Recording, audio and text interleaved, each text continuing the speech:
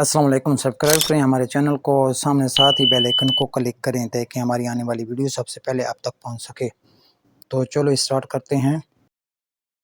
आज की वीडियो में हम सीखेंगे कि कॉजेटिव वर्ब क्या होता है और इनका इस्तेमाल इंग्लिश में कैसे किया जाता है। किसी भी सेंटेंस में अमल दो तरह से हो सकता है, एक जिसमें सब्जेक्ट खुद काम करता है और दूसरा वो जिसमें सब्जेक्ट किसी से काम करवाता है। जिसमें सब्जेक्ट खुद काम करता है, जैसे आई रीड अ लेटर, मैं खत पढ़ता हूँ। आई डिड दैट वर्क, मैंने वो काम किया।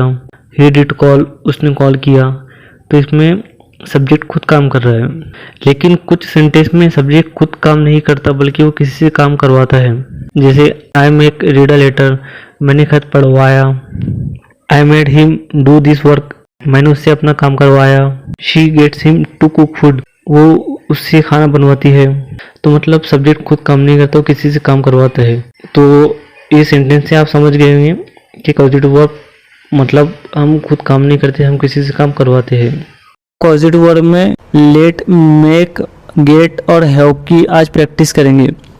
सबसे पहले हम इसको एग्जांपल से देख लेते हैं। Have, she has me right, इसका मतलब है वो मुझसे लिखवाती है। जब भी हैव का इस्तेमाल पॉजिटिव वर्ब के अंदर आता है तो इसका मतलब है किसी को जिम्मेदारी देकर कुछ काम करवाना।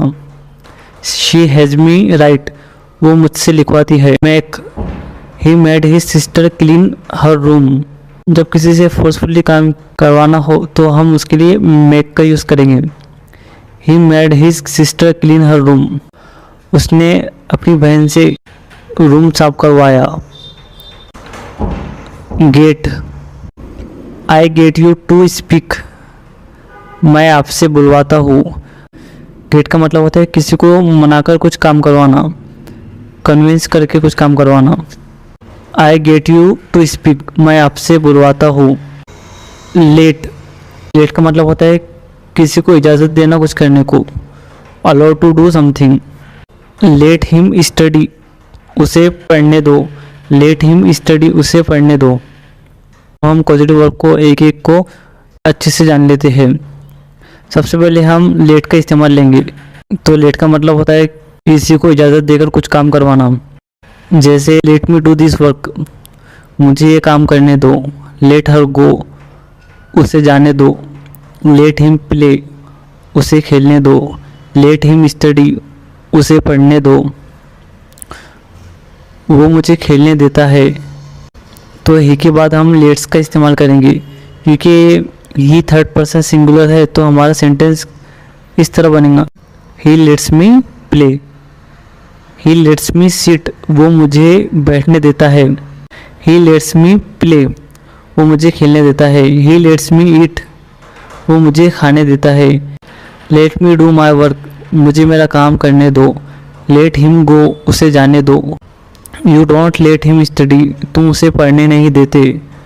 अगर हमें बोलना है कि तुम मुझे बोलने नहीं देते तो हम कहेंगे you don't let me speak.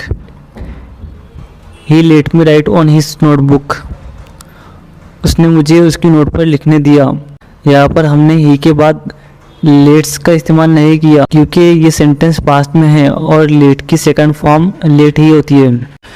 वो मुझे तुम्हारे साथ नहीं खेलने देगा, ये सेंटेंस फ्यूचर का है तो हम इसको इस तरह बनाएंगे, he will not let me play with you. दूसरा पॉजिटिव वर्ब है मेक। मेक का मतलब होता है किसी से फोर्सफुली कुछ काम करवाना, किसी से ज़बरदस्ती काम करवाना। शी मेक्स मी स्पीक, वो मुझसे बुलवाती है। हमने यहाँ मैक्स का यूज़ किया है क्योंकि शी थर्ड पर्सन सिंगुलर है। शी मेक्स मी वर्क, वो मुझसे काम करवाती है। आई मेड हिम लव, मैंने उसे हंसाया। आई मेड हिम लव, यहाँ हमने मेक की जगह मेड यूज़ किया है जो कि मेक की सेकंड फॉर्म है क्योंकि ये सेंटेंस पास्ट में है। I will make him do this work, मैं उससे ये काम करवाऊंगा, ये सेंटेंस फ्यूचर का है। I made my brother clean his room, मैंने मेरे भाई से उसका रूम साफ करवाया। He made his daughter apologise to her friend, उसने अपनी बेटी को उसकी फ्रेंड से माफ़ी मंगवाई। तो ऐसा सेंटेंस जिसमें किसी को फोर्सफुली कुछ करवाना हो तो हम मेड का इस्तेमाल करेंगे। तो हम गेट का इस्तेमाल देख लेते हैं। गेट का मतलब होता है किसी को मनवा के कुछ करवाना। जैसे मैंने अपने अब्बू से मोबाइल खरीदवाया, I got my father to buy a mobile. हमने यहाँ गोट इस्तेमाल किया है, ये सेंटेंस पास्ट में है इसलिए हमने गोट का इस्तेमाल किया है। She gets me to write a letter, वो मुझसे लेटर लिखवाती है। She gets me to write a letter, वो मुझसे लेटर लिखवाती है। She gets him to cook food, वो उससे खाना बनवाती है। जब किसी को मनवा के कुछ काम करवाना हो तो उसके लिए हम गेट का इस्तेमाल करेंगे। अब हमारा लास्ट कॉजेटिव वर्ब है हैव। हैव का मतलब होता है किसी को जिम्मेदारी देकर कुछ काम करवाना। जैसे I have the letter written, मैं लेटर लिखवाता हूँ। I have her to read the book, मैंने उससे बुक पढ़वाई, यानी बुक पढ़ने की जिम्मेदारी दी। I had a mechanic repair my fan, मैंने मैकेनिक से अपना पंखा रिपेयर करवाया, मतलब रिपेयर करवाने की जिम्मेदारी दी। तो जब भी हम किसी को कुछ काम करने की जिम्मेदारी देते हैं तो उसके लिए हम हैव का इस्तेमाल करेंगे।